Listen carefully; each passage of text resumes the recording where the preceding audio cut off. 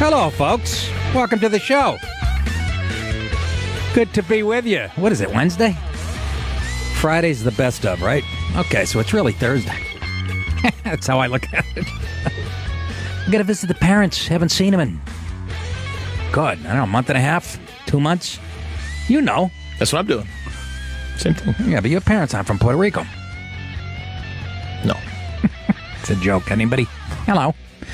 Hey, good to be with you. Me and Andy Flowers, that's Brendan on the phones over there. Me and Flowers Andy Fiore were at the Fat Black Pussycat last night. Nice job, Flowers. Thank you. You as well. It's not easy, folks. You walk up to a cold audience, which Andy had to do, and just, you got to crack them open. Although I'm not I've talked about this before. I don't believe in this. Oh, the crowd's got to be warmed up. Everybody that says that to me, I go, there's such horse shit. If you're at a party, you ever do something funny at a party with your friends and they crack up? Did you warm them up first when you said them again?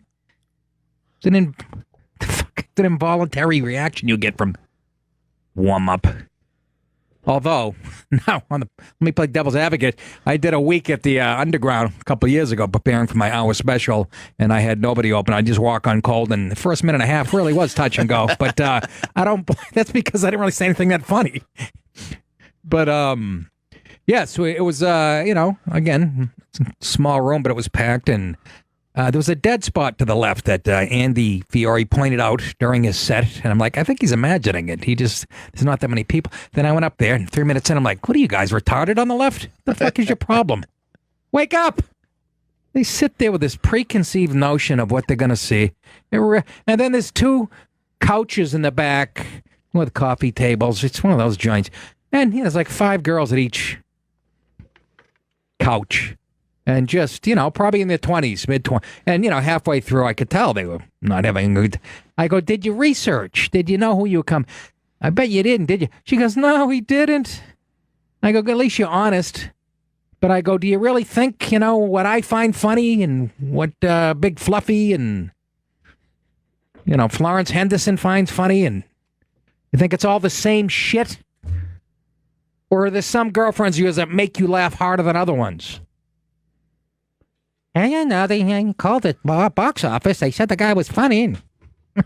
I'm up there ripping Hillary into asshole, wishing death on Nancy Pelosi. And see the pusses on their faces. They really been brainwashed, these little fucking millennial titless wonders. But I'm glad they came out. They sat through. These poor girls had to. And I was actually, like I said, look, I understand. I sounded like Max Cady in Cape Fear when he meets Nolte's wife on the street in his car. I understand. A bit too coarse for you. 2-minute tattoos. You offer me something warm to drink? What are you, better than me? And then I said, I mentioned I was from Westchester. I drove from northern Westchester, and the girls, where in... Yeah, she asked me where. I said, where do you live in Westchester? And she goes, wouldn't you like to know? Which, of course, I follow with a mature remark. Like, I wouldn't fuck you for practice. Just tell me where you live. It's the type of shit that really kept me in the game. But it's a good gig. I suggest you headliners do it. But those girls. And then we had a Syrian girl up front, right? In her 20s. I go, what's with your guy? What's with your men over there raping everything that's blonde hair and blue? And she goes, I know, that's why my mother dyed her hair. It's the best joke of the night. She said that so quick. I go, what the? I repeated it because the crowd couldn't hear it. And it gets a huge, and I deserved the laugh. But she goes, yeah, that's why my mother... What the...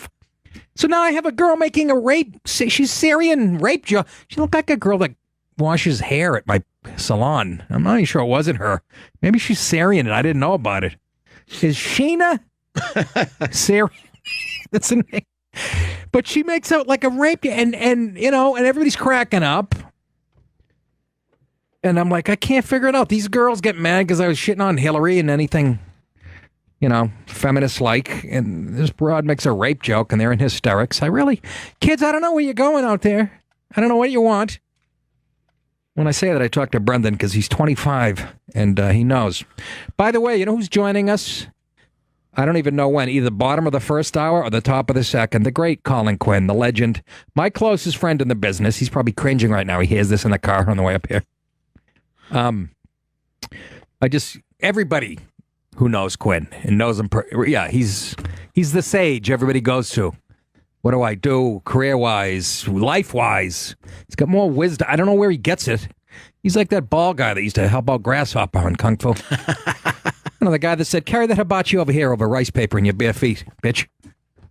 Something like that. What a great show that was. Huh? Now we have Big Bang Theory and How I Fingered Your Mother. What's in your wallet? Your sister's number and a condom. What's in yours, nosy? Kung Fu, Andy, were you around for that? You're a little... I watched the reruns when I was a kid, but yeah. Did you like them? Yeah. I got home from school. It was... You walking watched around. This is the age difference. That was the reruns. I was watching them as they were being broadcast live. Tremendous. But Colin Quinn, he's the master. And oh my God, guess what? Come see me. Jesus, really? Less than a week? I'm back at the Fat Black Pussycat Tuesday, August 8th. And then September 16th at the Newtown Theater. It's kind of frightening me that I'm giving September dates already. Oh, my God. Life is over pretty soon. Newtown Theater in Newtown, Pennsylvania, September 16th. I've done the gig before. Yeah. Beautiful theater. Just great. It's just the right size. Just the crowds that, they're far away from anything, so they're not starved for entertainment, but they really appreciate it. As opposed to if you go to, Uncle Vinny's and they sit there with their arms folded and go, we saw this shit. Again, I like Uncle Vinny's too. It was the wrong club to name. Andy, name a shithole that you play. Just throw a dart. Wow. And starting Monday, folks, this coming Monday, August 7th, we will be moved to 8 p.m. Eastern Time till 10 p.m., which is drive time on the West Coast, which is good. Captive audience, as they say. But so Fiore made like $30 last night. He's happy. Anyhow, it was fun. I came home and I took a trazodone. I laid off the lorazepam because that combination, it's a dangerous combination, made me very Stephen Hawking-like. I couldn't just this. I just go with Brendan's doing it perfect. Oh my God, he's nailing it. He's biting the tip of his own nose with his lower jaw like Stephen does. And again, I feel fun to poke fun at Stephen Hawking because he's smarter and richer and more famous than I'll ever be. So I think you opened up on that last night. I did open up on that last night. How did I get on that? Something about an ad campaign. No, it's about the energy of the audience on the left. Right. It's like a Stephen Hawking has more energy. And then I went to, he's in a commercial for Jaguar. And I said, I love the guy, but please somebody sit him up straight in his chair. Looks like he fell off a shelf and landed in that thing. And I'm not to be insensitive. This guy writes 10 books a year with his tongue, and I can't even get a pamphlet out.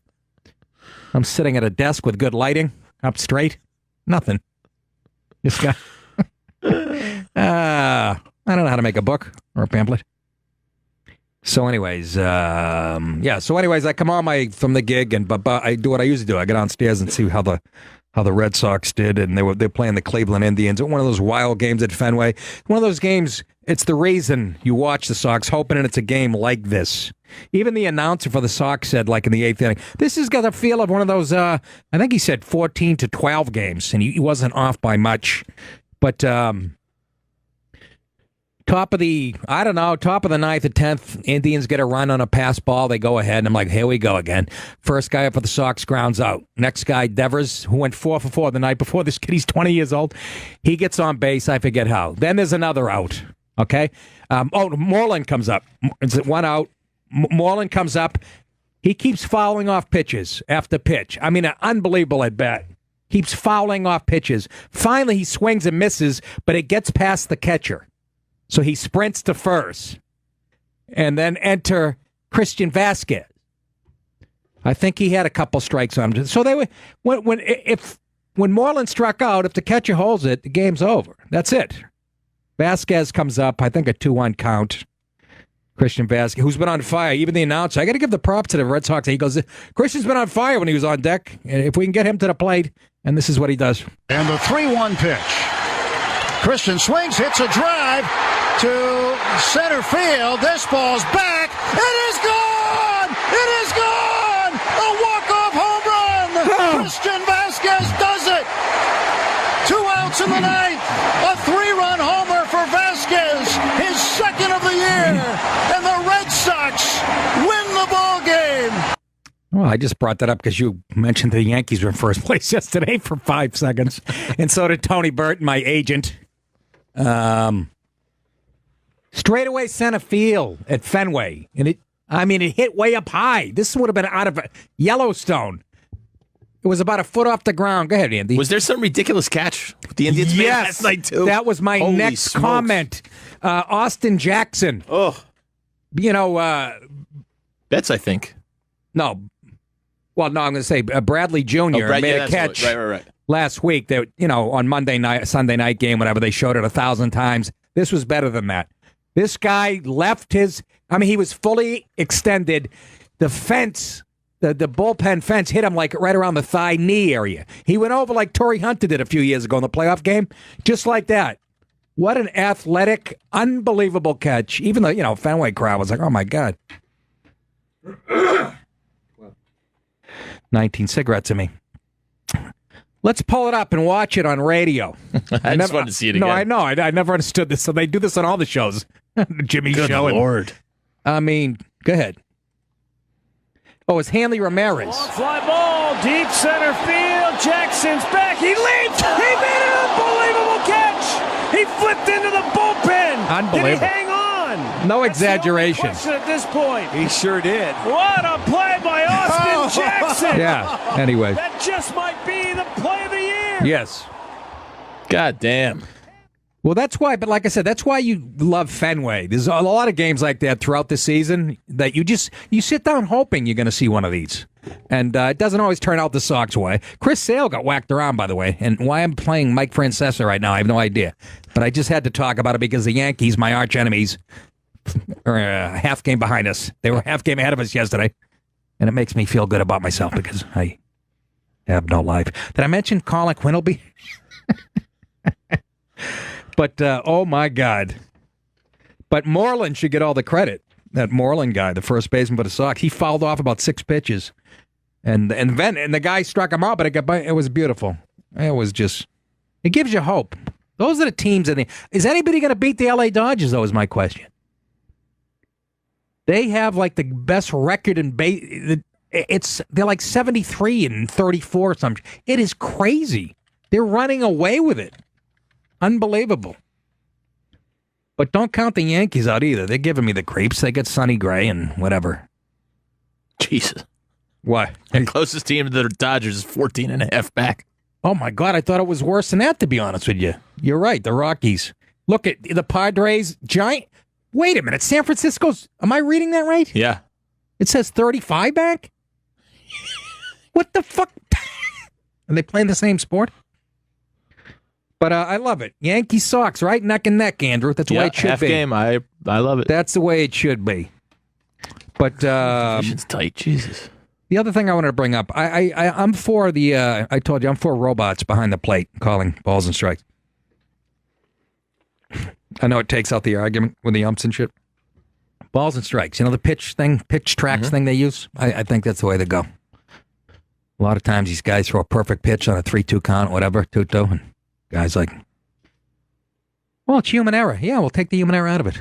You did it and everything else. Just do it quickly. Just balls and strikes. Everything else. I was going to say, you still need the home plate ump there. For what? Home plate calls at the plate, foul tips. You don't, Sometimes though. you don't see that. No, but listen, you say the umpire has to be there for the close plays at the play. You're going to review those anyways. Dude, it's so slow. Come on. You're going to review them anyway, though.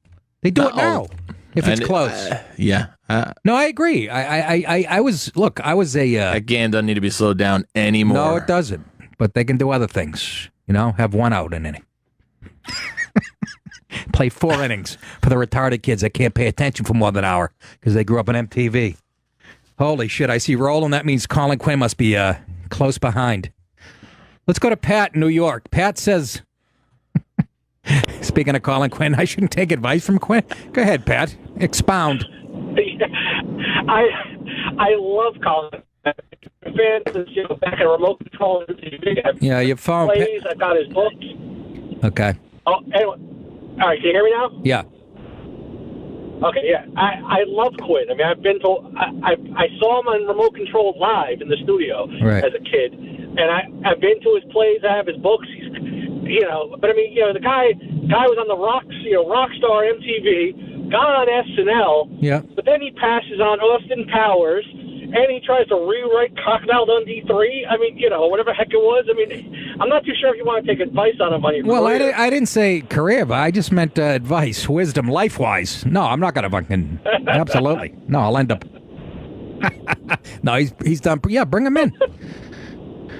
We got him... Mike... Pat... We got him waiting in the lobby, Mike. Thank you, Patrick, for the call, by the way. Thanks, man. Yeah. For Christ's sake, that's the last thing I want is Quinn thinking we're holding out on him. We need his wisdom and his career advice. Come on in there, will you, Colin? Hi, Roland. How are you? Hi, Carl. Guys. Right here. Ooh. What do you got there? Oh, I like this blue marble. It's lovely. Blue marble. Yeah, fucking. What do you mean? What do you mean? Right here. Please, it's fucking Home Depot vinyl. Yeah, you're right. How are you? I know you were in Europe. You get any shots over there? What do you mean? I don't even bring anything in the studio. I was in Italy. You gonna blame your people? In Ireland. And Ireland. Isn't that fucking Europe too? I know. I was just trying to trash your people by saying I was in Italy. Oh, well, we'll get to my people. That's right where I was going. The first, we only got one call in it. It said, you taking advice from Colin Quinn? He passed on this movie and that movie. Who said that? Put him on. Patrick in New York. Figures. Put that Irish bastard on. No, he can't. He's calling from, Rosie's. Patrick. Just the fact he doesn't call himself Pat is already suspicious. Yeah, a lot of guys are doing that now. I'm Michael. No, you're not. No, you're not. You're Mike. You're Mike. And Mickey. Patrick, you're Patty. And anyhow, they're trying to get very formal. I have to thank, Jesus Hinosa Jr. has contributed to my podcast. Thank you so much, Jesus. You're doing great on the Mets this year, by the way. Jesus. Yes, he's a long relief. Yeah, thank you. If you want to sign up for the podcast, connectpal.com/Nick, connectpal.com/Nick, and you get 5 shows a week for $3.99 a month, and you can't beat it with a stick, as they say. Can we play that Procter and Gamble ad that I... Listen to this, folks. Called The Talk. Yeah, it's called The Talk. It's about 2 minutes long, and we're going to play the whole 2 minutes because it's that irritating to me. P&G, my black is beautiful. It's time for everyone. Hashtag talk about a buy. Yeah, we haven't talked about it enough in this country. No. I don't think I thought it was very brave, that commercial. Yeah, it took a lot of... Didn't it? Procter & Gamble. It's for lotion. Yeah.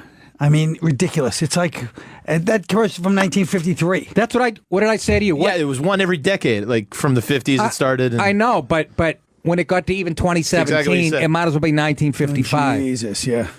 And the sad music behind it. And when's the last time some white person said to a little cute black girl, "You're pretty for a black"? Yeah. And when's the last time someone used the N-word? A white person, even white rappers won't use it. Eminem never used it.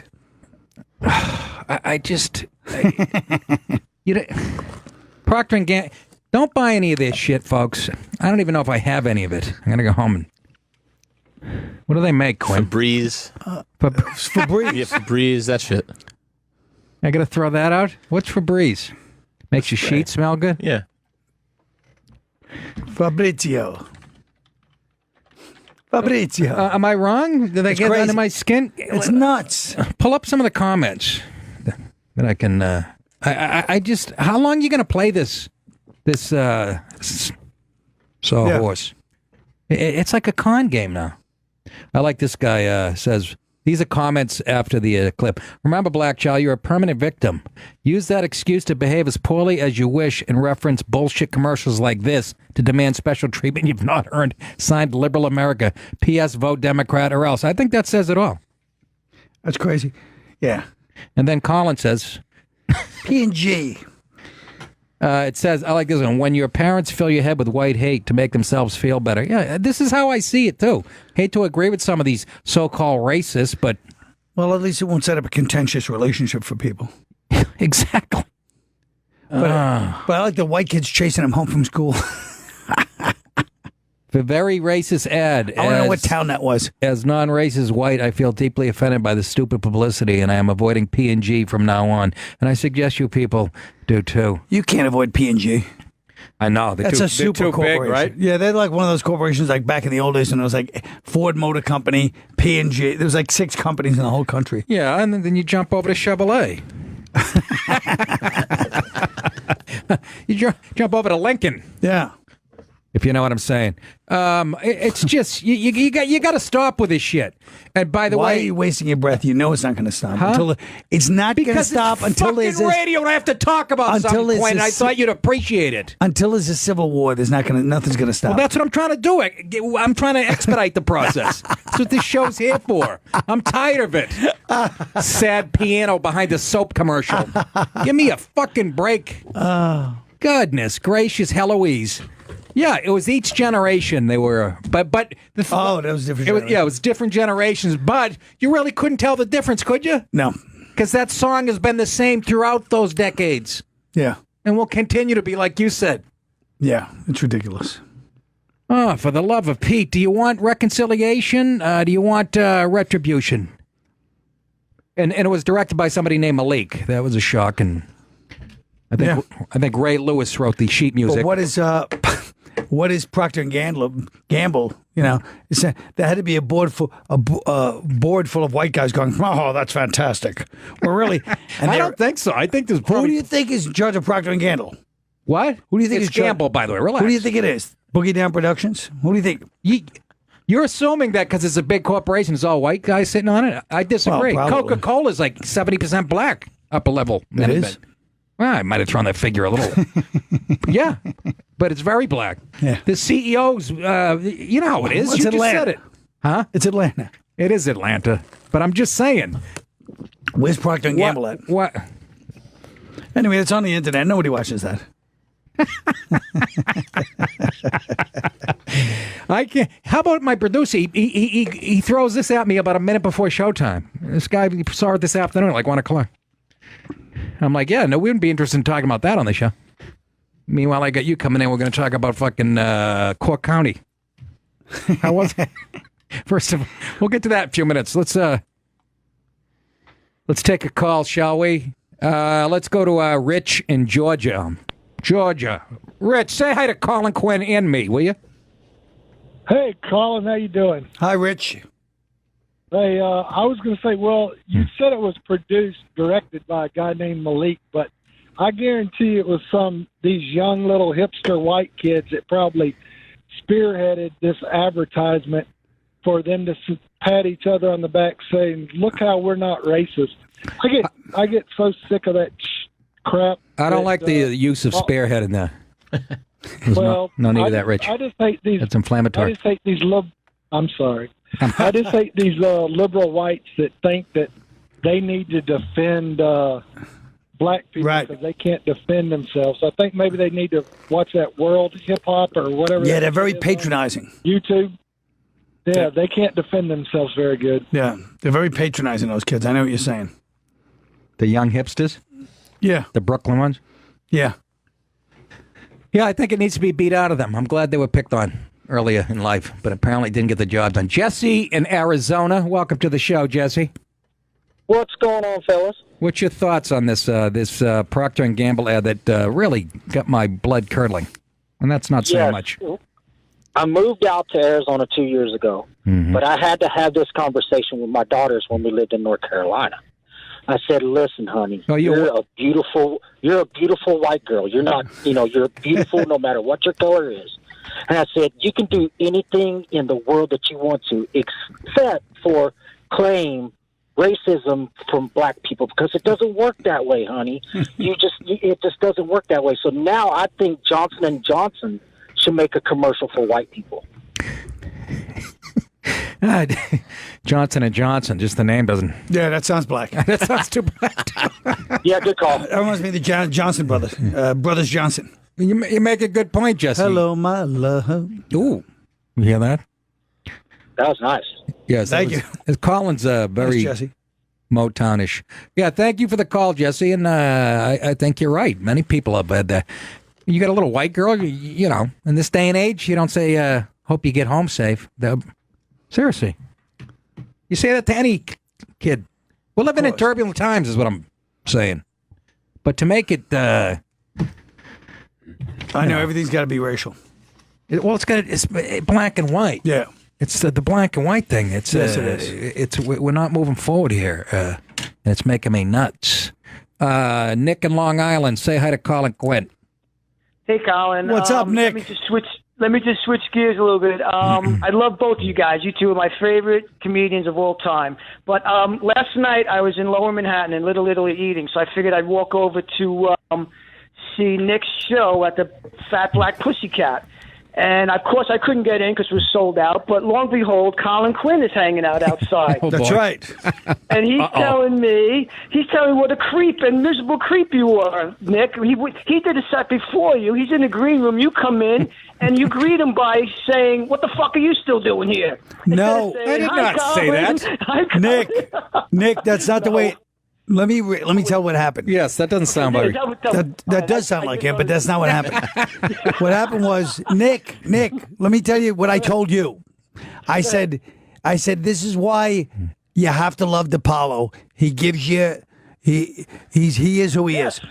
I said I see him walk by, and I was like, I felt rude. I didn't even say hello. I was talking to these people taking a picture. I'll go up to the green room. He's probably getting ready to go on. It's kind of an anxious place. It's an intimate space. I go up to the green room. 20 seconds later, he looks at me and three other people and goes, when did this become the fucking green room? That was a good idea. And I just turned around and walked out.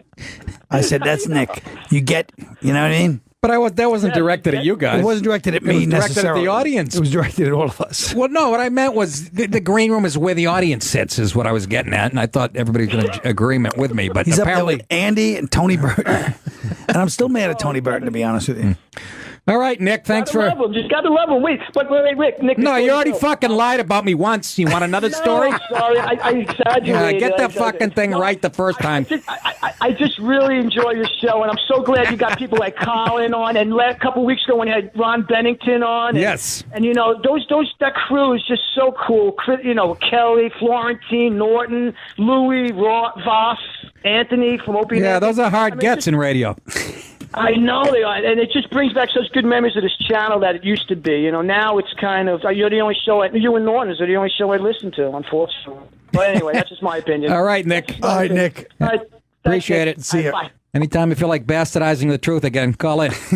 Son of a bitch. Colin. Let's take a break. We got the legend here, Colin Quinn, and like I said, he just got back from Ireland, and he was in Italy. And he's got a summer home in Tunisia. We're going to talk about that. 866-969-1969. And I'd like to talk about that commercial that Procter & Gamble put out. It's obviously anti-white, and it's stuck in the 1950s. And I don't give a shit if it was Malik or Kevin who directed it. It's a piece of garbage. Back after this. Was that from Unconstitutional? Yeah. That was some clear audio, by the way, Andy. Was it bad? No, it was great. I've never sounded that clear in my life. You did, didn't you? Yeah. By the way, New York Story and Unconstitutional is streaming on Netflix right now, and follow him on Twitter. And long story short, it'll be on there soon since apparently HBO got hacked. Yes, we'll get into that in a few minutes. Long story short, yeah. It was on there. It was on HBO. Yeah. So that's people will be getting that. They'll finally start watching it again. Hit him up on Twitter. At I am Colin Quinn, and visit colinquinn.com. He's selling, what do you got, shot glasses and ashtrays? Yes. colinquinn.com for his tour dates. I don't remember you having a website, or did you? I do have a website, but it's a very recent acquisition. It is, right? Yeah, only a few months. I figured it. I sell T-shirts that make no sense, but they're very comfortable. But if you read them, you'll be like, what does this T-shirt mean? Nobody understands. I've sold like 6. I can't even picture you selling anything. Yeah, You're such a I mean, Quinn is the real deal. He is an artiste, not in it for the money. I'd like a nice beach house, though. That would be nice, wouldn't it? Nice, peaceful beach house. Absolutely. Like, you ever see Manhunter? Remember at the beginning when he's on the beach? No, I don't. Oh. Dream much, Will. It's the greatest movie ever. It's the original Hannibal Lecter. Yeah, with what's his name? The blonde-haired. William Peterson, yeah. What's his name? William Peterson. William Peterson, yeah. No, that's not who I was thinking of at all. Didn't they do the one with Tony Randall? Let's go. We want to take one more comment, two more comments on the Procter & Gamble ad that plays like it's 1955, and I'm just tired of it. There's a straight white male who's proud of it. Mark in Missouri, your thoughts about the commercial? Well, thank you, sir. You're welcome. Wow. I wasn't expecting this. I would like to say, Mr. Colin Quinn, I quit watching Saturday Night Live when you left. And then back to the topic. It's so irritating to me that both the coasts are so this bullshit racist stuff. If you come here and I kiss your ass, I'm white, so I can go to any neighborhood, anywhere in this area, and get along with everybody. Because that shit was never taught to me. It was never taught. You're white, so you're a bad guy. It was never taught that, and it wasn't taught to the other folks either. They see me as a person that, here we are, let's get this job done, or what have you, Yeah. There's no animosity. There's nothing, and it just irritates me that coming from both the coasts, they're trying to, I don't know, make the younger generations think that, oh, wait, your daddy worked for a white man. That white man is racist. That is why I lean more conservative, but I do not, I can't call myself a conservative. I think a woman needs to be able to have her choices. Right. I think you should be allowed to fuck whatever you want to fuck, and ain't none of my damn business. But, you're a libertarian. Trying to gear everybody towards whitey's bad. I ain't standing with that. And I can go into any urban area, walk into any store, and be just fine. Buy what I want, walk right back the fuck Yeah, but out. you're probably like 6'4", 240. What's that? How big are you? No, I'm like 5'11", 200 pounds. Only thing I got going for me is I wreck buildings. You're right. He's a beast, yeah. He's one of those 5'11", 200-pound, he's like Don Nottingham. Thanks for the call, Mark. But he makes a good point. They're just exacerbating the racial that's tensions. That's the point. Yeah, you're telling people that this is the way the world is right now. And there's a generation that has soaked this shit in and believes it. It's brainwashed. If you don't believe me, listen. Blanket, fry like bacon, pigs in a blanket, fry like bacon, pigs in a blanket, fry like bacon, pigs in a blanket, fry like. Yeah. That was the Pistons at halftime, sitting on their bench. For love of Christ, did he say that? It really is just... It's crazy. It's such propaganda and such brainwashing. It's propaganda. It's terrible. And don't tell me... Awful. Yes. And it's a con game. It's how it's worked for years, I guess, right? Yeah, it's paid off. So Yeah. why would they abandon it, I guess, their trump card? No pun intended, but I'm just saying. Seriously. But it's Procter & Gamble. This is a corporation doing this, so I don't understand why they're doing this. And like he said, it plays well in New York and L.A. and probably and wherever else, San Francisco. Sure. But how about there's zillions of people in the middle of the country, the flyover states that use Procter & Gamble. Yeah, I don't understand. They have to be laughing at this like I am. And you don't have to be from Ohio to find this silly. Right. I grew up in friggin' Boston, and I've lived in Boston, New York, and L.A. Right. The holy trinity of political correctness. It really is aggravating. 3 of the 4. Let's take one more on this. Actually, you can take a couple more because now the phone's out. Fontaine in Virginia, our friend Fontaine. What's going on, man?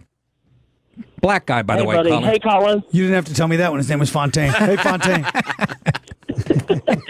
Hey, Nick, I got a comedy question for you. If you'll entertain that, but if you want, the answer is puppets.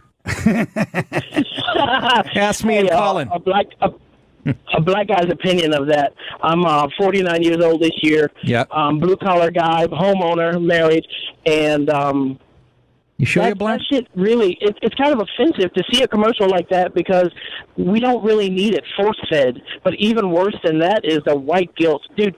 I was in the grocery store recently, and yes. A young white girl was blocking the lane. So I went down through there, and she goes, I'm sorry. She said, I'm sorry, like 5 times. I was like, chick, you don't need to say I'm sorry. Just move your fucking cart. What was the last call? What did he say? Your fucking what? Just move your fucking cart. No, you're right. I see it all the time. Hey, here's Fontaine. Ever see this one? This is one you got to watch out for. And I've seen this, and I'm pointing this out now. You'll all be jumping on it. When there's a foul ball, at least at Fenway, and an adult gets it. I've seen this play out 6 times in the last 3 seasons. They look around for a little black kid to hand it to. At Fenway? At Fenway. Yes, there's black people at Fenway. Colin, just because they were the last team to integrate. It's actually a good point. You know what? A lot of black people get it wrong, man. You know, I don't want to be given anything by anybody. I want to work for it, and there's a certain satisfaction to that. Of course. And I don't think they get it because the same person, if they give it to you, can't they just take it away? Of course. Now, let me ask you, Fontaine, do you have friends that would watch that commercial? Would they have the same point of view that you have on it, or would they go, yeah, that's how it is? We still got to work 3 times harder. No, birds of a feather, you know that how that goes. But I can tell you this, man, I wasn't always this way. I was raised in zip code 10035. Where's that, and Quinn? I think you know where that is. I don't. But there's a lot to be said for it's way uptown Manhattan, north of 110th Street. Oh. But there's something to be said for assimilating to society. I mean, I hate to sound like a fucking Uncle Tom, but life is pretty good for me. Yeah, you don't sound like the people. You know, the Democrat Party will call you an Uncle Tom for having that point of view. You gotta march lockstep with those fuckers, or you're Uncle Tom. Meanwhile, if you went back to your old zip code, it's all white. It's true, isn't it? I'm too dark for the white people and too white for the black people. I wish I had $1 every time I heard that fucking shit. Patrice said that about me one time on Tough Crowd. Patrice said that about you? Yeah. That's so strange. He goes, white people don't want you and black people don't want you. Oh, my God. He was mean, that guy. Can I ask you a comedy question? Yeah. Sure. I used to host some shows way back in the day down in Daytona Beach, and there was a guy from Nick's Comedy Stop that used to come down. He was a headliner named Teddy Bergeron. Yeah. Is he still around anymore? What is the latest on Teddy comedy? Well, it's funny you say that because I actually do have the latest on Teddy, which is he lives in Las Vegas. Oh, that's and he pals around with one Mike Reynolds. Oh, Jesus. Who's a friend of mine from years ago. That means he's Teddy, dead. Teddy is doing. He does an occasional set, but as you probably noticed, then he has some issues that. Yeah, he did. To put it mildly, even in Daytona Beach, people were like, "Listen, we're Daytona Beach. We tolerate a lot, but you do too much." Hey, Fontaine, thanks, man. You guys. Great call. Thanks. Yeah, man. See ya. I'm not just saying that because you're black. Great call, Fontaine. I'll tell you, you really brought your A game. Oh, my God. Now I find that funny, a black guy named Fontaine calling from Virginia asking about Teddy Bergeron. Yes, I love it. That is unbelievable. And I'm actually one of the few people that would has know information on him. Exactly. I mean, I'm not even from Boston, but because of Reynolds. He sends me pictures of Teddy standing there. What, in a with hospital room? No, just a dazed look on his face. No, in the middle of like the Vegas place. Like you ever see like remember in Casino when they set up like the Gutter Gulch, like the place where Pesci and his sleazy crew work out of. Yeah. All the streets, all the backgrounds look like that. Whenever Reynolds sends me a picture. It's always like the part of Vegas where it's like, oh, I don't want to go there. When you said that Reynolds sends you a picture, him and I honestly got it. The mental picture I got was Bergeron in a hospital bed and Reynolds rubbing ice on his lips, just trying to keep him moist. Yeah, it's basically John Voight trying to put a blanket over Dustin Hoffman. Isn't that funny? The Fontaine, black guy from Virginia, asked him about Teddy Bergeron, and one of the things Teddy was known for at Knicks when I first started, he comes in one night, I'll never forget this, he goes on after Steve Sweeney, who's the king of Knicks. This is in the heyday. Sweeney almost gets like a standing ovation. Sure. Teddy Bergeron goes on after him and is doing like a little dumb accent. Like he was acting like he was new on stage, and the crowd started booing him and shit and stuff. And they started, Yeah. And then all of a sudden he puts a boombox on the table, goes behind the curtain, comes back. He's dressed like Michael Jackson. This is a pasty white Irish guy, blonde eyelashes, the in whitest, his 50s at the time, right? Whitest, pastiest, out of shape Irish guy, red hair. Puts on Beat It. And dances better than Michael Jack. You wouldn't, the fucking room, 350 people like this. He's lip syncing the whole thing, moonwalking, doing every move from the video. I've never seen an audience go from "fuck you, get off" and shit, and he got a partial standing ovation. I remember half the room standing. He was a little creepy in his funniness. He was kind of brilliant. Well, they said he was a brilliant guy, but then was it you or somebody told me that the day after he did the Tonight Show, back when that was like made his whole career, he did a Tonight Show Carson and killed. And it was like this amazing set. And they said the next night they stepped over him on their way into Knicks. Yeah, me and Kenny Rogerson stepped over. That wasn't. It was a few years down the road.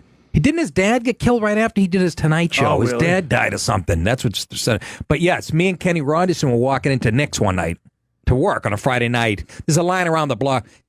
The doorman trying to pick this guy up, laying in his own. It was Teddy.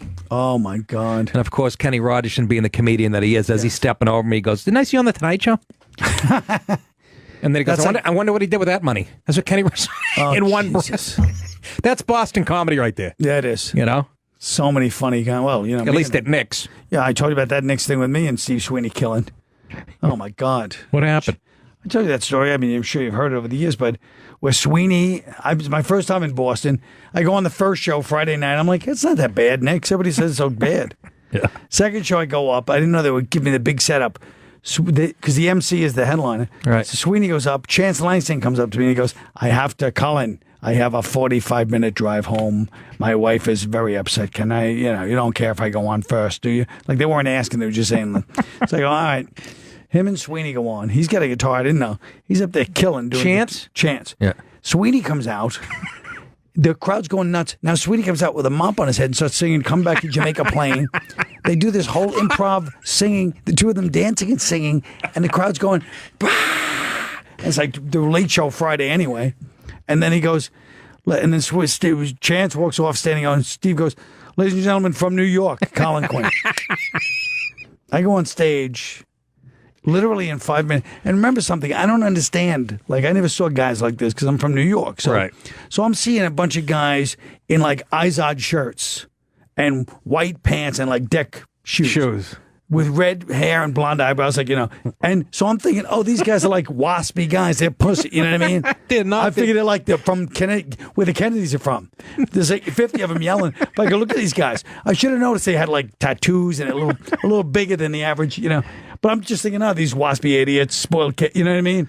And they're going, but that's how they dress up there. They dress like the pop collar. This is like 1985, 86. He's talking about young Irish kids. Yeah, they're all from Southie and Dorchester. Southie. Yeah. And they wear the Izod shit almost ironically. Yes. Like hipsters today wear fucking... Yeah, they're wearing like pink shirts and, I'm like, look at these assholes. Hey, fuck. I'm cursing them out and they go, fuck you. I go, fuck you. Fuck me. We're going to beat the piss out of you. I was like, boy, they're pretty... Next thing you know, the whole thing turned on me and I'm just like, holy shit. And it's like, 50 minutes, the whole crowd's like, they're not leaving. It's not like they're just booing to get off. They're like, we're coming on. You know what I mean? They didn't want me to leave. They're just like, come down here. And I'm going, holy shit. And then Joe Yannetti came on, because he was with me. And he walks on in the camel hair coat, or this long coat. He walks on and he goes, folks, his opening line, I'll never forget. He goes, folks, I'm from East E. Just to establish. All Italians. Now, this is a friend of mine. You're being very rude. We're leaving. Now, we're going to the kitchen. And the bouncer said, take me in the kitchen and leave me there till the whole crowd emptied out. And then Jonathan Katz told me that the first time he did a Tonight Show, he got cocky. He went on. They booed him again. They wanted to beat the shit out of him. He hid in the sound booth behind the stage. And then the owner came out and goes, Jonathan left. They go, bullshit, he's in that booth. He goes, no, there's a door there. There's a secret door he left on the back. Dr. Katz has left the building. He had to lie to them. That's the kind of place Nick's what? It was the A room in Boston. Yeah, it was yeah. And it was, and you'd see the best killer shows, but that had that element. And Louis hit it on the head. I remember Louis saying, it's not that when they don't like you, it's not that they just don't find you funny. They get mean about they okay, I understand. You don't think I'm funny, but why would that make you angry? Yeah, why do you want to beat the fuck out of me? Right, they would be very angry. And Boston's a confrontational. It still is. It still is. Yeah. I remember Tell coming back from the Comedy Connection. This had to be 10 years ago, and going, "What the fuck? I saw like 8 brawls." He goes, "That's like 1970 there." Anyways, so funny. We're gonna take a break. We're gonna keep Quinn around. You can stick around, can you? Yeah. Please. Look, you wouldn't even say yes. He's like, okay. What do you mean? I could stay till 7:30. Beautiful. I have a show. Do you? Yeah, I have a show at the. You still doing stand up? No, at the Friars Club. Oh, that's right. Yeah. Who's getting roasted? It's not a roast. Oh, it's not stand up. Yeah. Oh, it's just stand. Yeah. Jackie Mason's daughter. Yes. Yeah. Are you doing that? No, I couldn't. Oh, that's so funny. I got to run out of here. Anyways. All right, so we come back, 866-969-1969, and we will talk. I want to talk about Quinn's trip to Ireland and to my homeland of Italy, where he's had some really mean things to say. Back after this. Whatever he says, we need. Unbelievable. Woo! That's the great Colin Quinn. That's from New York Story, no? No, I think that's from Constitutional. Is it so? Yeah. Holy moly. Those are both streaming still on Netflix? You sound like you don't believe me, but yeah, they are. No, I believe you. I didn't. Did you write these down? They're going to be producer did. They're streaming. They're being hacked right now as we speak by whoever did HBO. Follow him on Twitter at I am Colin Quinn and visit colinquinn.com for his tour dates. Yeah, you can buy a lovely T-shirt. But they're very comfortable T-shirts. They're good for sleeping in. He's got a shirt that says I'm with Mama Luke. With a picture of me. Hey, so, all right, you just got back from, let's talk about your homeland first, Ireland. Right. Was it a festival over there? Right. Yeah, it was an Irish comedy festival, Dublin Comedy Festival. So I guess Eddie Brill put it together. No? Yeah, and it was, it was so funny because, it's like everybody there, I'm looking at I'm seeing all my relatives because I was never there. So I'm looking at all my, everybody there. I'm like, that looks like my cousin. That person's posture is like my, you know what I mean? It's this Irish posture. Yes. But I mean, it's, I felt like so, connected immediately, even though they hate Irish Americans. And I talked about that the whole time, of course, on stage. They don't hate us, but we annoy them. You know what I mean? Why is that so? This place, Rosie O'Grady's, I go in for a drink. They have this heavy Irish accent, the bartenders are from and I go, what are your favorite beers? And he goes, Guinness and Budweiser. Yeah. And they sell Bud by the ton in Ireland. That's like going to Italy and going, ragu out of a jar. That's how I took Budweiser. That cat piss. Are you kidding me? Yeah, but Guinness, everybody drinks Guinness over there. That I kind of understand, but it's too smooth for me. That kind of. So why would they hate Irish Americans? Well, they hate Irish. They call us plastic patties, like fake Irish guys, And plastic patties. They call them plastic patties, and they feel like. Well, first of all, they don't like the fact that we come over and go, "Hey, any Quinns around here?" Like everybody wants to, you know what I mean? Yeah. And then they said, and they hate the fact that that we're always say, I'm Irish. So one of my things I was telling them, I go, I know you guys don't like, we say we're Irish because we're American. And I go, I never say I'm Irish. I say I'm Irish American. I go, I'm lying. I say I'm Irish my whole life. There's nothing you can do about it. I've been saying this since I was 3. What are you going to come over and fucking police me? But what I heard they do, which I don't know if it's true, because, Irish is tourists anywhere, but, we're like, hey, American, we're Irish. And they said that everybody goes to kiss the Blarney Stone. Yeah. And I heard the locals piss on it. Oh my God! I would be surprised. We're talking about the kids with the pop-up collars at Nick's. Right, it sounds like this type of. They're pissing on the blood, and then people put their lips. Oh, come on. I don't know if that's goodness. true. Maybe there's a guy that washes it it off. They probably have to wash it off or it would eventually disintegrate. Yes, all the acidity. Yes, especially from those people. It's not like they have a great diet. Cabbage and Budweiser. Yeah. They should be shitting on it. Unbelievable. How 866-969-1969. We're talking to the great Colin Quinn, who just did comedy in Ireland, and I've done comedy overseas a handful of times, and my shit really doesn't fly. I got to be honest with you. I feel like I have too many Americana references in my act or something. I don't know, but you're like Shakespeare with your one man shows. You study human behavior and you're like a sociologist and a. But you also do get a lot of you get a lot of like chemist instead of drugstore, news agent instead of bodega. Like there's things you say the wrong. You're going to say the wrong word. Like a lot of stuff. The Irish guys say, I didn't get, but the whole crowd's crying. And a lot of stuff we say, they'll like, you think that's my big joke. It's not getting laughed. But even there's a couple of political correct, like really? I got one tweet, like, Colin Quinn, how could you allow his homophobic, because they do a whole thing about the Catholic Church. How could you talk about the Catholic Church without mentioning the gay influence? You know what I mean? It's not even homophobic. It's just a big, And so anyway, of course, people are always. Somebody tweeted that? Yeah, there's always somebody on point somewhere making sure, you know what I mean? Yeah. But most people loved it. I mean, I did great there. I really. Did you? Yes, I loved it. Did you really? I would have done it in Italy if I could have done comedy in Italy. I would have loved it. I didn't go over well there either. Wouldn't that be great to do comedy in Italy? I don't know. Would it? I don't know. I mean, people do it in France in English. I know, but you don't know who's in the audience. Even at Nick's in the 80s, I told you. Yeah, oh yeah. Big Italian guy and his wife, she's yelling shit out. I started zinging her. It was actually at Kowloon's. Nick's at Kowloon's above a Chinese restaurant. It's an Italian guy. He had like an 18-inch neck. I'm zinging his wife. He goes like this. He had a sports coat on. He opens it. There's fucking butt of a gun sticking. I'm like, yeah, she's a good lady, though. I'm just busted. Look at her. She's beautiful. Well, yeah, they used to have the, remember in the 80s they had like the cop was, the security cop. They had a cop at the door, an armed cop at Nick's. Yeah. This is the difference. They have an armed cop at Nick's for security because kids are so rowdy. Yeah. And if you wanted Coke, you had to go see him. It was wild. What a wild place, man. And Dominic ran it, and who knows what he was into. Right. Don Gavin would come in with a picture of Black Russians on one hand and a newspaper. He'd go right into the office and bet college basketball. He'd be in there. And the MC would bring him up. He'd be in there, run out, Yeah.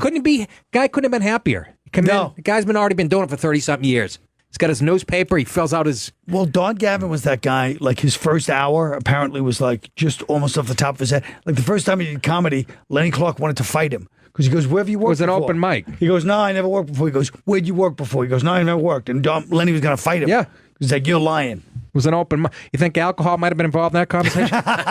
This is you're lying, bastard. This is circa 1978 at the Ding Ho.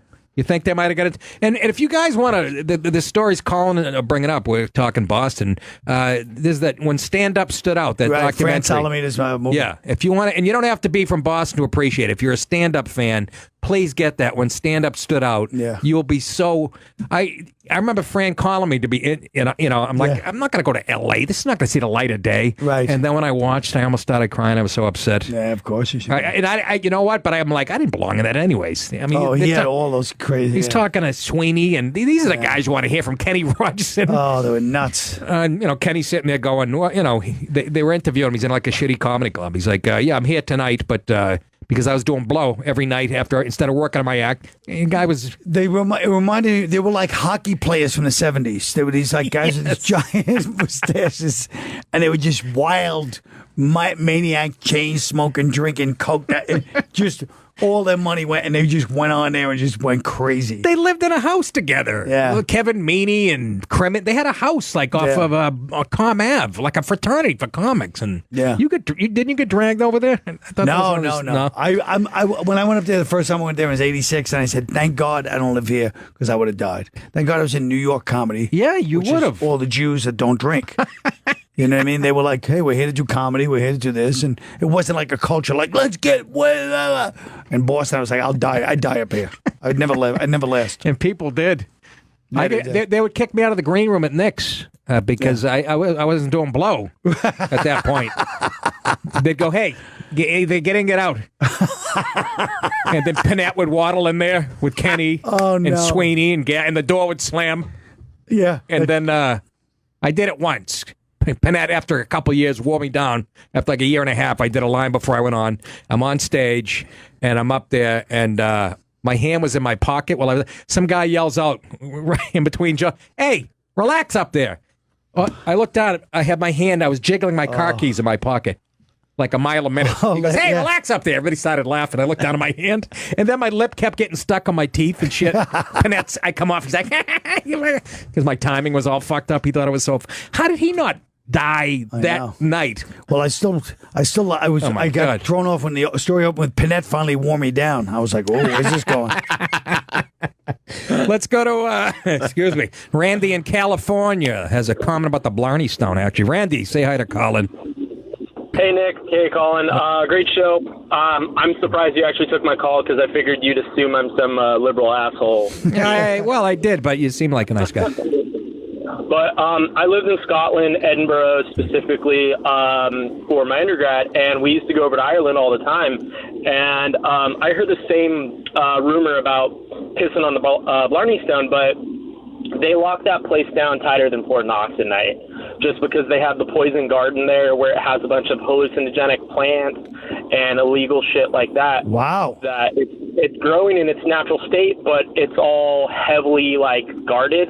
So to get up there and actually piss on the stone, they would have to be Spider-Man because there's cameras everywhere, and they also, nowadays, as of a year ago, they spray down the stone after every person because you get all these old ladies with bright colored lipstick that come and kiss it. So that thing would look like the bottom of a table with chewing gum on it at the end of the day. They should just give people the plastic lips like when I was a kid we used to have those plastic lips. Hey, but let me ask you something. They have hallucinogenic plants there? Why? I guess it's things that, like the mushrooms and just, they have nightshade, pot, all these things, and it tells you what they used to be used for. Like there's one where they would make tea out of it and would induce a miscarriage. Wow. So it has all these different... Now, where can I get this? I was trying to smuggle some of that back. So, I appreciate it. You guys are awesome. Have a good one. Thanks, Randy. Thanks, Randy. Very informative call. I don't know. They have plants. I didn't know that either. They got acid, LSD plants, mushrooms. Shrooms and shit. How about we expected it to be hey, it was really wild and listen to music. It induces miscarriage. Like, Jesus Christ. Randy, take it to a dark place, why don't you? Get that up to 180th and Lenox. What? It's a joke, everybody. Lennox doesn't go to 180th anyway. I know. That's why it makes no sense. You can't get in trouble for something that logically couldn't. Dump that, will you? Just from Colin's look on his face. Too late? Yeah. Oh, what the fuck? 16-second delay. Nothing bad. All right. Yeah. The other time he told me he dumped something to him, my wife goes, that got through the second time. It's like a Cheech and Chong. When I get mad at him, and I play. I fucking hate the way you make me fucking ride you. Now get the fuck out of here. I like that they listen to Disco Inferno in the background.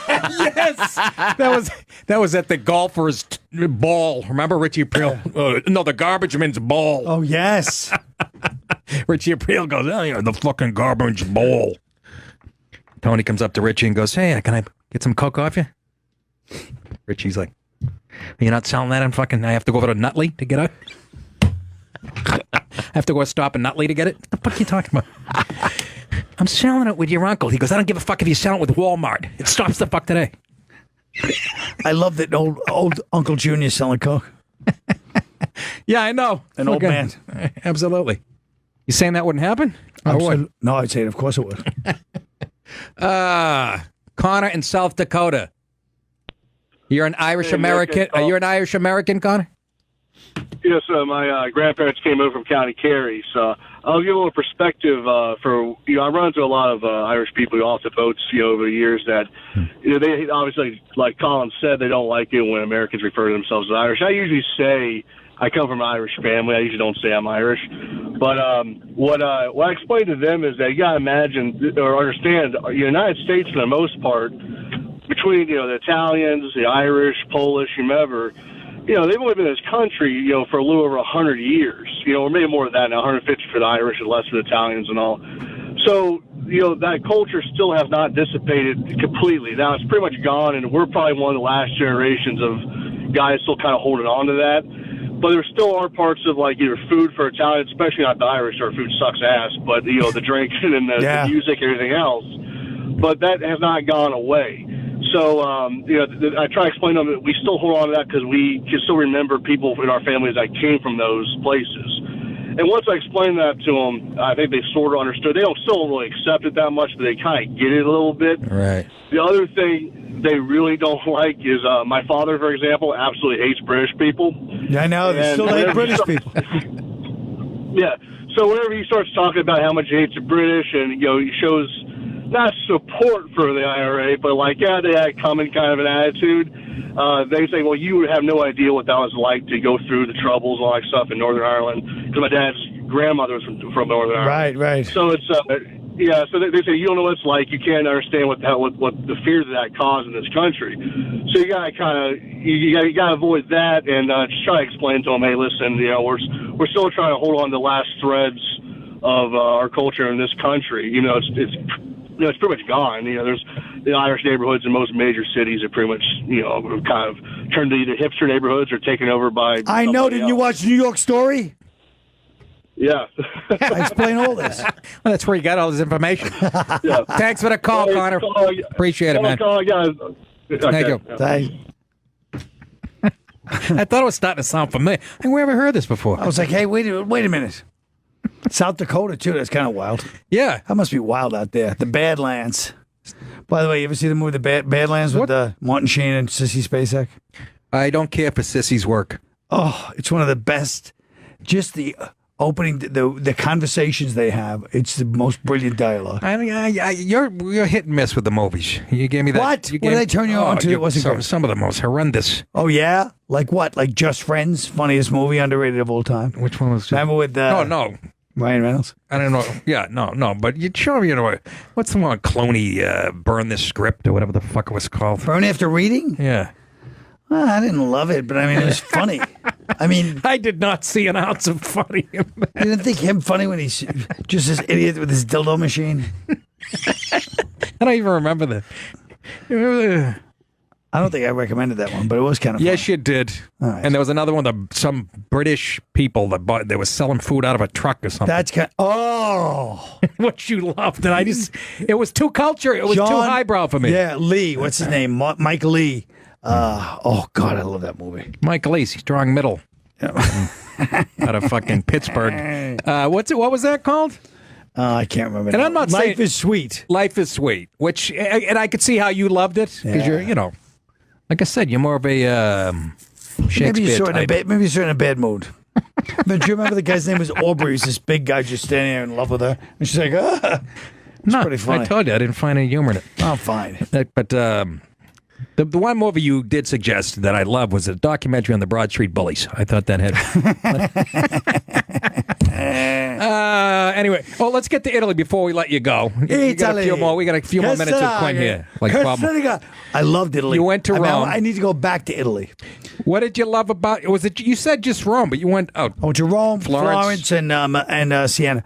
But I'll tell you the truth. What I love about it is, first of all, the whole city. They never knock down all these buildings. Right. So every block you're on, you're with a building that's 2,000 years old. Yes. Or 1,500 years old. It's amazing. It's like being at Helium. Go ahead. And just that, you walk into let's say you walk into a church, and not a random church, but one of the church, but there's no tourists there. Yeah. They're inside, but I'm just like, let's go into this church. Giant, like Caravaggio in the middle of this church. And it's like, just the amazing, like, the joy that they had, the Italian people, you know what I mean? That they had this joy to just say, we're going to put all, what happened to that? What happened to that joy? I'm sure, but but I'm just saying, just the beauty, like just statues and like all colors, it's amazing, you know what I mean? Yeah. I saw the we went to this restaurant and they have like, what do they call them? Catacombs in the walls? Yes. Right in the walls where they used to put, they used to put skulls and shit or whatever. Yeah, throw a couple of skulls, a few potions maybe, I don't know. Yeah, and now they got my appetizers sitting in there. I ordered quail appetizers and a sit where a guy's skull was in 12 AD. And they dress, I mean, they all look beautiful. Like the young people look beautiful. Yeah, they have a sense of fashion. And they dress in there. You have their walk. They still have that cocky walk in New York. At least they did when I was a kid. But they just walk, they glide down the street. They glide. Yeah. And they have a sense of fashion. A lot like Albany. Yeah. So I love Florence. Yeah. Didn't you fucking love Florence? Oh, my God. It's amazing. I mean, yeah. It's... Well, then it makes you want to almost, like, you know, I never would think like to move anywhere, but you makes you almost want to move there just because of the attitude that people have. You know what I mean? They just have this attitude like, hey, you know what I mean? It's right now. We're hanging out, you know. Did you go to the Coliseum? Put the headphones on? Get the whole... I didn't get the headphones on. You didn't rent the headphones in? They, they talk to you in the whole thing. It's what like, did they say? Che fregare. Basciato calap. They said that Beyonce will be doing the halftime show. Oh, but I like those things below. You know, yes. Yeah. Where they... In the Coliseum. Yes. Where like, they have all the things. You're waiting to go on. It's like the green room for the Coliseum, and you're waiting... To fight a lion? And there's like a lion in the next stall next to you. Yeah. Can you fucking imagine? And they're waiting to go on, too. They're probably just pacing. It's how you felt at Nick's. Yes, exactly. Pacing back and forth like a lion. That's what I remember from that, too. Those rooms downstairs where they... Can you imagine? So cool. And if you can't imagine, go to North Korea, because he's still doing that with his people. Jesus. Fucking Shemp Howard from Ching Pa Wing. Yeah. I'd like to do... We should do a European tour. That would be fun, wouldn't it? Yeah, I think Bobby Kelly should open. You know? And we'll have Rogel. I mean, that's the only problem with doing, like, comedy, like I was at that festival, thank God, because there were a few people I knew. But going by yourself is probably pretty lonely. Comedy can be lonely. Are you kidding me? Got to go out by yourself. But we're too greedy. We're like, I don't want to, you want the money. Well, the USO, nah, at this point, I'll divide it up with anybody. I'll whack it up with anybody. After the way I get paid, come on. I'll whack it up with anybody. Because we had a great time with the USO. Remember Japan? Oh, yeah, that was fun. I mean, that was how fun was that? Me, you, Kelly, and who else? Robert Kelly, you, me. And what's her face? My assistant, Ellen. It wasn't just, but there was another comic. No, it was just us three. Yeah. Are you serious? Yeah. I've been lying the whole time. I said Godfrey was with us. No, we called it the Three the Hard Way Tour. That's why I remember.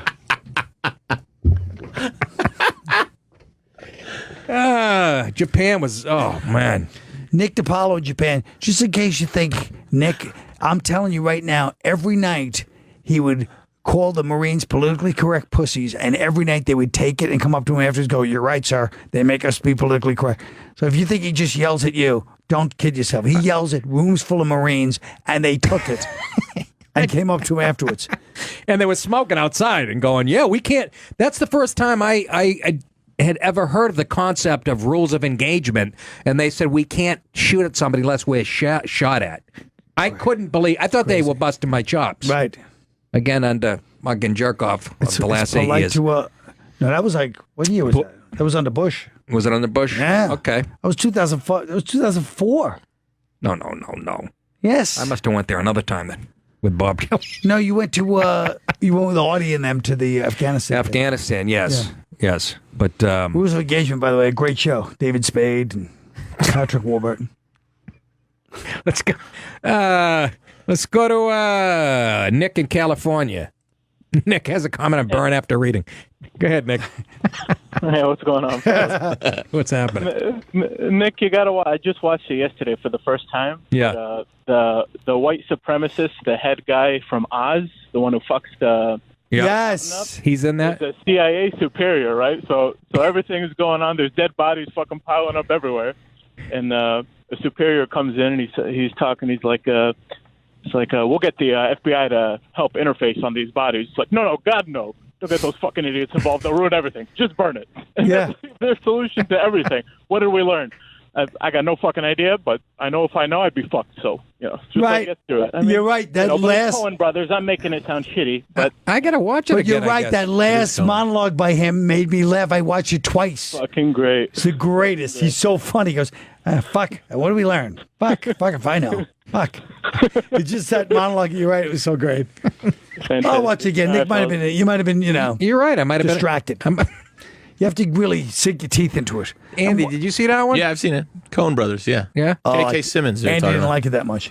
Yeah, not my favorite Coens. Well, it's not your favorite. The favorite is Miller's Crossing. Miller's Crossing is the masterpiece of all time. It is good. Not only is it good, but everybody in it is fucking brilliant. And then at the end, John Turturro comes on and steals the movie from everybody. Now, you're going to tell me that was better than Practical Magic with Sandra Bullock. I think Nicole Kidman was in that one, too, wasn't she? Yes. I believe so. I would have gave her top billing over Sandra Bullock, but Colin sends me a picture on his phone on the way back from Ireland or whatever. And I did this too. I tweeted. He's on the plane. He's on the plane. He tweets the movies. You're on JetBlue, bro. The movie screen on the seat, and it was what was the movie? It was Analyze This. He has a problem with all those. And then I started watching it. It was your boy Billy's in that, right? Yes. Anything with Billy Crystal. I'll watch Colin will call me. He does this, and I fall for it. He'll give it like a couple months in between. Yeah. Hey, put on HBO. They're doing a thing on Kinnison. I'll flip over. It's fucking. What's the one when Curly's Forget Gold? Paris? Curly's Gold. Oh, Legend of Curly's Gold. City Slickers 2, Legend of Curly's Gold.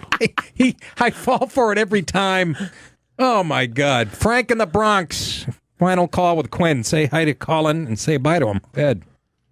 Hey, Colin, what's up, pal? How are you? How are you, Frank? Oh, I'm fantastic, fantastic. I was following you on Twitter. It seems like the homeland was good to you. I'm glad you were able to go back, but I can't imagine you in fucking Italy going, how you doing? Forget about it. I mean, is there any comedy in Italy right now? Oh, forget about it. I mean, that's the whole thing now. I don't know. It's not a comedic place. No, the migrants seem to be putting a damper on that scene. Well, a couple of people actually mentioned that to me. He goes, Italy's not going to be Italy. He goes, they should burn down these Moscati. That's what some guy said to me, yeah. Frank's probably Italian anyway. He's from Bronx. Yeah, Frank, you're Italian, right, Frank? Forget about it. Of course I am. But listen, how do you think Nick's doing there, Colin? You've been around this radio thing. I mean, you are a fucking... you know every movie, every fucking horrible movie. You know every fucking word of every movie. That's right. 16 Candles. Give me a song. That wasn't even a horrible one. That was a good one. I was thinking more of like Love Actually and Notting Hill. Those are my favorites. I saw the last American Virgin the other day. Oh, Jesus. Yeah, it was a bad one. It was That's bad. a zinger. The other one was Richmond, what was it? Sean Penn's first movie. Fast Months at Times at Richmond High. No, but you got to, if you really want to watch a good movie, watch Cheaper by the Dozen 2 with Steve Martin. He's a football coach. It's very good. Hey, how about if you like football, you got to watch it. How about Let It Ride? Let It Ride about the horses, the ponies. Oh, that could have been good, though. No, I thought it was great. I thought you could have played Crocodile Dundee in that movie. Frank, how about this movie? Me and Colin both read for this. We didn't get it. We were very disappointed. I love you for helping me to construct of my life, not a tavern, but a temple. I'll give you a hint. Tom Papa was in it. Yes. Papa was in it. Oh, yeah. I love you because you have done so much. Candelabra. How good was he in that? Michael Douglas. Oh, my. Both of them. Out of Jesus. How many times did you have to do the sex scene together? They said we weren't believable. It was actually... All right, Frank. All right, Frankie. Thank you. We got a situation. I got that situation. Take it easy. What are the odds he's from East Tremont? About 90 guarantee. Candelabra.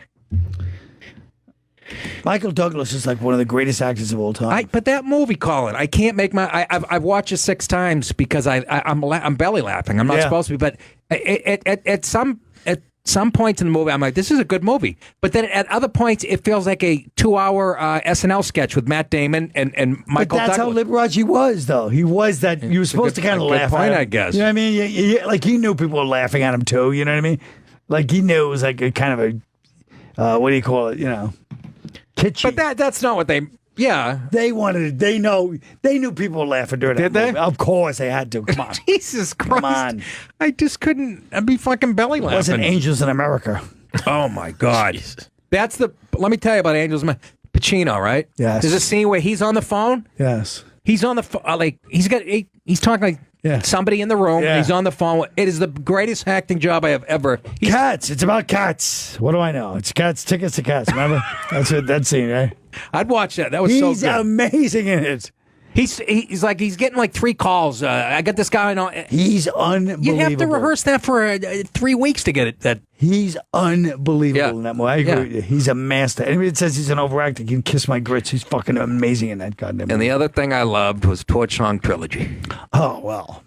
I just want to be loved. Is that so wrong? I keep forgetting to pull that clip. Anyways, we're gonna let Quinn go. He has a gig to go to at the Friars Club. Yes. Right. And if you want to see him, he's all over Netflix. A New York Story. Yeah. Unconstitutional. They're both streaming now on Netflix. Follow him on Twitter. By the way, when I say follow somebody on Twitter, you got to follow Quinn because he mastered it before anybody did. And he's been playing people for how many years now you've been on Twitter? I don't know, like 7 years. Put a book out, will you, of you just torturing tweets. Oh my God, please do that. But I can't put their responses because then they'll probably try to charge me for it. Yeah. They'll sue me. I'll be in court for the next 10 years. I got a good lawyer, nice.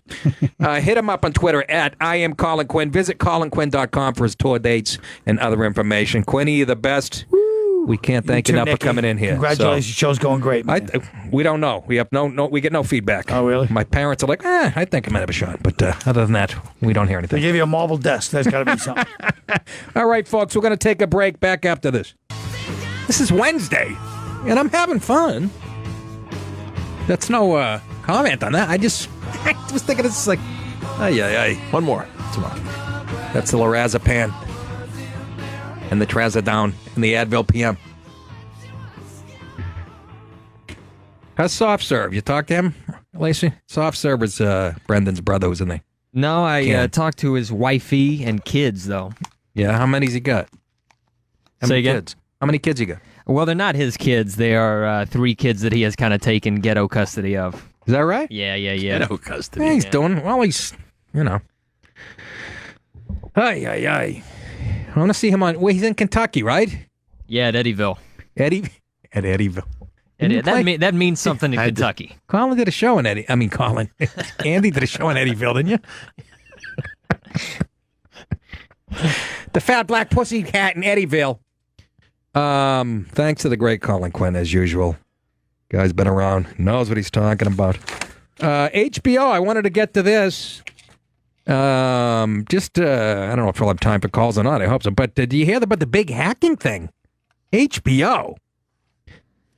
Insiders fear leaked emails as FBI joins investigation.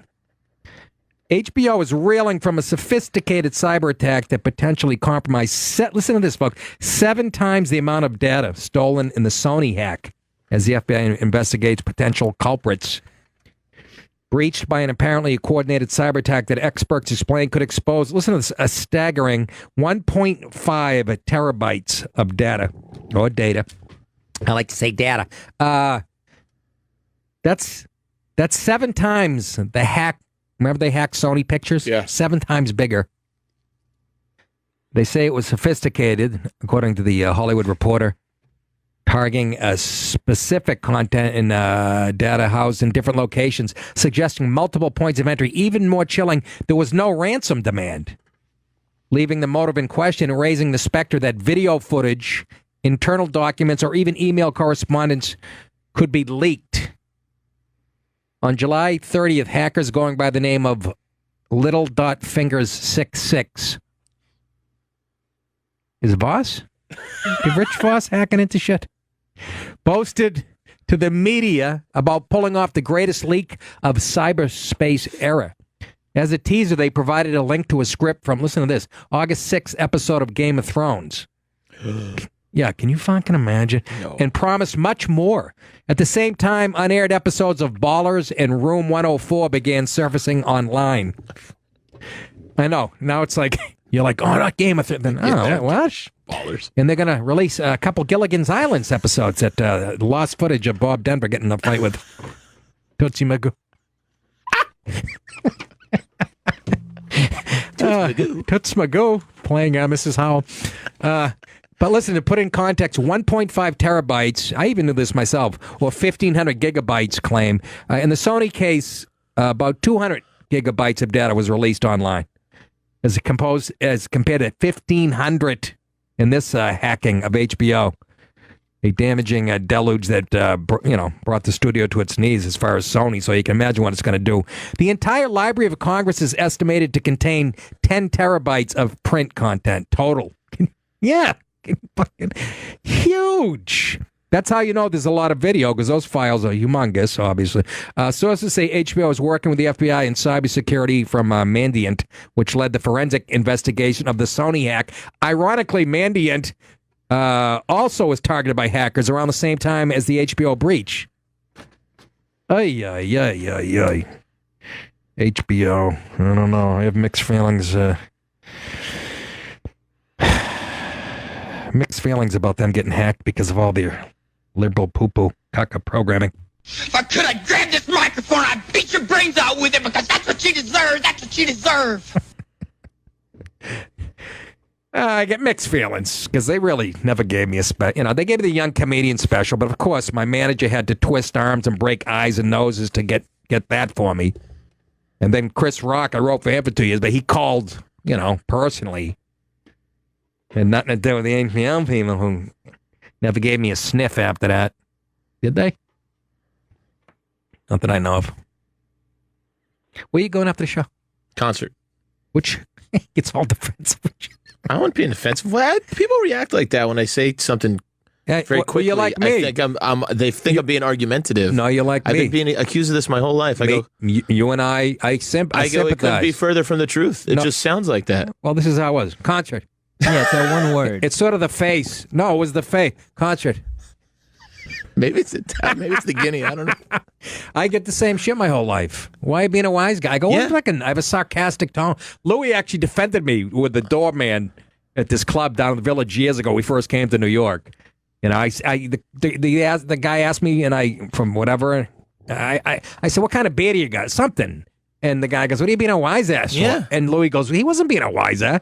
And I go, "That happens." He goes, Louis had to explain. He goes, "You have like this natural sarcastic tone." And he goes, "That guy's actually bigoted towards," like he was explaining even back then. Louis had this whole theory on. I think that's what it is. Sarcastic. You hear 90% it too of the time. Yeah, but it was more your face. You on concert.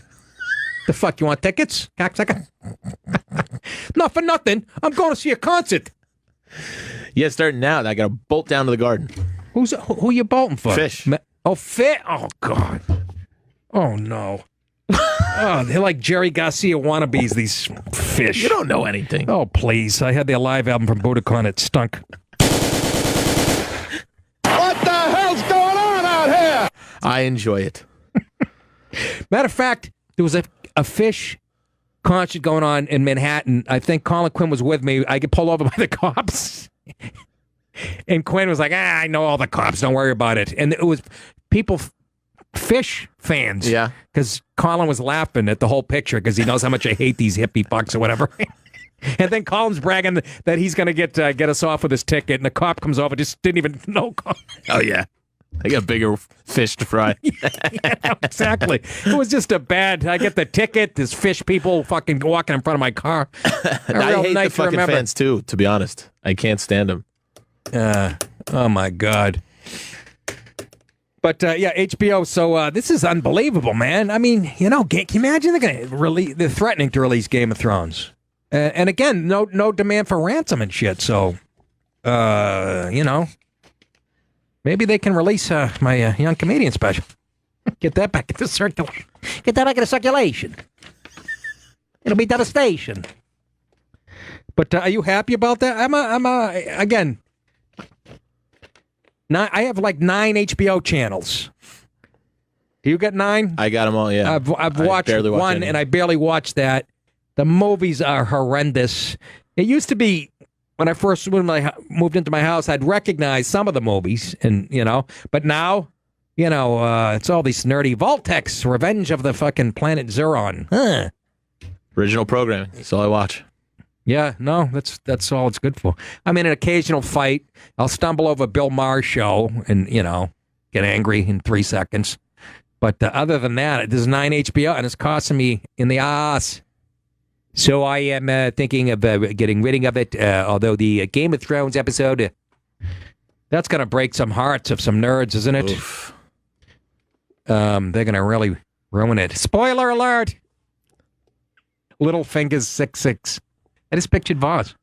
That's a character in Game of Thrones, Littlefinger. Oh, thank you for explaining that. Yes. I thought it was just a midget doing the hacking. Oh, is it? Is it a midget character? Yeah. Oh, yeah, I always see him in the trailers and shit. What's his real name? I don't know his real name. Stu McGillicuddy? Peter Dinklage. No, that's not That's the one. That's the one I was thinking. Peter, he was saying that is Peter Dinklage Littlefinger. He's not. Oh, okay. No, Yeah, he's yeah. Tyrion Lannister. Yeah. So I can see how you would make that connection. yeah, no, I'm glad you clarified that. It's like Jack Seward's Dink Fletching. We used to laugh after those. After was it Hawaii 5-0? Oh, they give Japanese names. Every comic used to do a bit on it. Ting Fletching as do diving. I mean, horrendous. It would blow the roof off the place. So you're gonna go see Fish? Yes. Brendan, your thoughts on Fish? Zero opinion on Fish and the Grateful Dead and all those hippie jam bands, man. You're not into Those are that? the only two I like. I don't like know the anything jam about music. Well, what other two are there that are worth listening? There's a bunch of offshoots of jam band, what is considered jam band, that genre, which I don't like. Yeah, I like I Fish could and I see like them the as Dead. a And fraternity. I like the Dead way more than You like them, let's say, better than Hootie and the Blowfish? Now, there's a band that can rock. I don't know about that. Let's go to Jared, Nebraska. Jared, what's going on? Hey, you see the NAACP just passed a travel advisory for the entire state of Missouri. What? Why? What are we? What's going on in Missouri? Am I missing something? They said that it's dangerous for people of color to travel through there, and they're advising people to make sure their relatives know they're traveling through there, take bail money with them. Can you imagine? Just perpetuating this perpetual victimhood bullshit mentality. That is, and it was based on, well, I'm saying no specific incident, but obviously all the shit that went on in Ferguson and Yeah, so at Missouri, at the University of Missouri, and they said there was some specific examples of a guy that was mentally disabled and he got lost in southern Missouri or something. And that's the cops' fault, too? They're going to send Gene Hackman down there to straighten shit out of him. Jesus. All right. Thank you, Jerry. I did not know that. Oh, yeah, it did some wild stuff. I did not know that. Stay out of Missouri. St. Louis, Missouri. Home of the blues. Home of the blues. Home of Eddie Griffin. Isn't Eddie from... I really couldn't tell you. He cracks me up, too, man. But statewide advisory? What is going on? Huh? Seriously, we're coming apart. It's, coming apart. Ignoring the fucking Coast Guards, ignoring the trans ban. There's 14 cities saying, no, you can't look into voter fraud. We're ignoring you, Mr. President. Fuck you with your sanctuary city law. Fuck your ban. Really? Okay. Well, wait till conservatives start doing that shit. I wish the Dems would get in power so we could start our fucking... You want to see this country fall apart? Like Sugar in the Rain? Sugar in the Rain. Was that an album by Fish? Fish's second album. Play some... Can you play a little Fish just so you can get me angry? Andy's going to see Fish in a few minutes, and I'm going to go have a fish at... Speaking of fish, you see those two that just walked by? Look, a couple of 70-year-old flounder. I'm doing visuals on the radio, folks. Come on, will you? I want to pick a good one. Yeah, what does that tell you? It's taking you 10 minutes. Thank you. And this is a guy that loves them.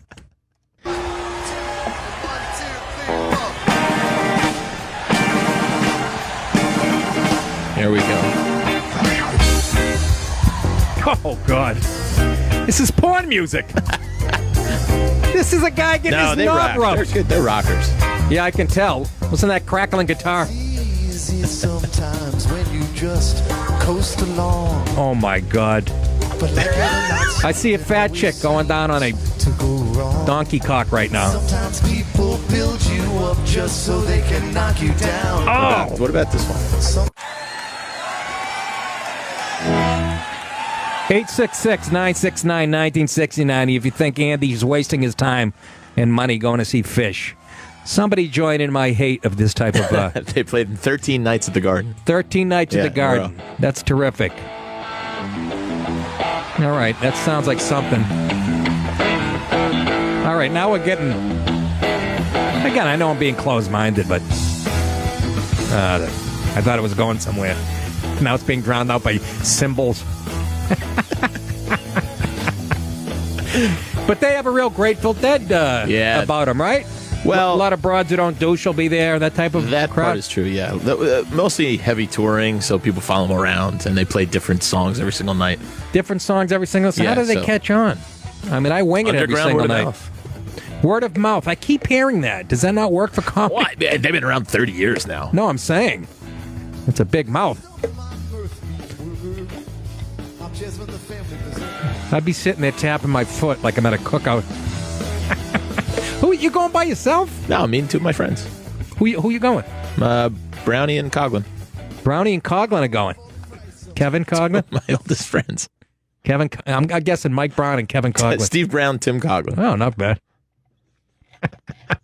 We got a huge Fish fan on the line from Illinois. Ryan, tell me why Andy's not wasting his time. They put on a great live show. I've seen them probably well over 100 times. Oh, goodness.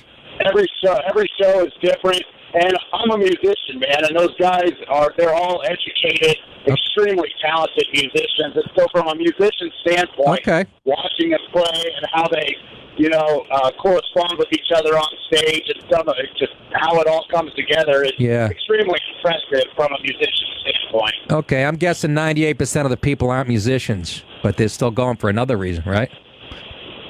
Well, when I was a lot younger, I went for other reasons. All right, that's actually a legitimate reason to like him. This guy's a musician, and I know I'm fucking the phones are lighting up. I didn't fucking say I'm going to win this one. Thank you, Ryan. I'll tell you though, what I just listened to, that was very mediocre bass play. It's from what I was in a band called Haddock in high school, and Joe in Wisconsin, also a Fish fan. Hey, Nick. Hey, Joe. Hey, man. How old, Joe? How old are you? First of all, I'm 33, so I've been seeing Fish for about 15 years. Wow. They are a hippie band, and I can see where you're coming from. But like once a year, me and all my buddies get together. We go see them, and they're a good time. There's a lot of people that dislike them, and I'm kind of a middle of the road, even conservative type of guy, but I can see where your guy's going. He's gonna have a good time, and 13 days at the Madison Square Gardens is pretty crazy. Yeah, if I did that, I'd probably end up dead or just move in there or something. I don't know. Is there a lot of overlap between the Grateful Dead fans, and are they too old for Fish? Yeah, there is, and now that John Mayer is playing with those guys, it's bringing in kind of a new crowd as well. But I'd say give them a shot. Maybe you should go tonight. You might. Yes. Like it. I don't know. I'm gonna either do that. I'm gonna try heroin. I don't know. Thank you, Joe. Ease in. Yeah. All right, ease in. All right. Yeah.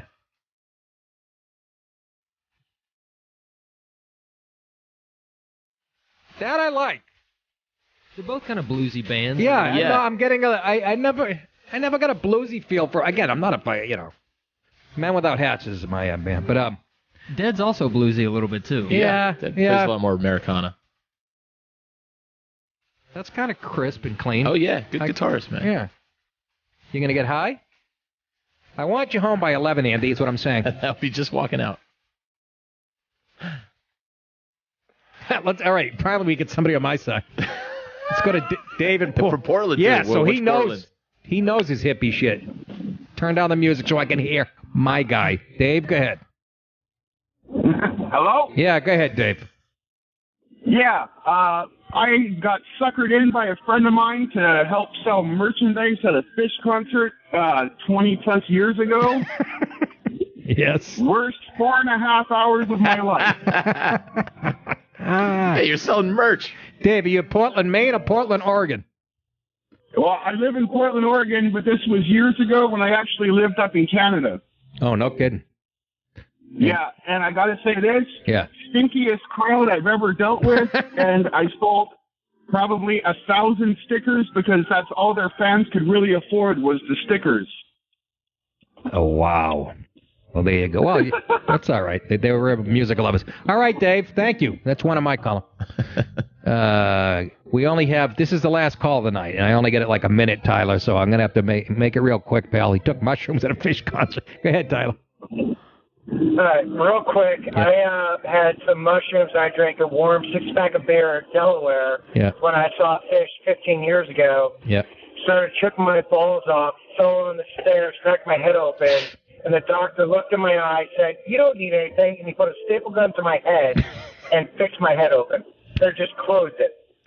And now my brother is a born-again Christian who doesn't drink, wants me to go see Fish again this weekend. All right, thank you, Tyler, for the call. That happened to me at the, you know what? I saw the Monkees, the last train to Clarksville. That happened to my friend. That exact same story. Did it really? Yeah, they brought him in the back, stapled his head, ushered him out. There you go. All right, hey, thanks to the great Colin Quinn and all the callers tonight, and we will talk to you kids tomorrow, same time. Take care of yourself.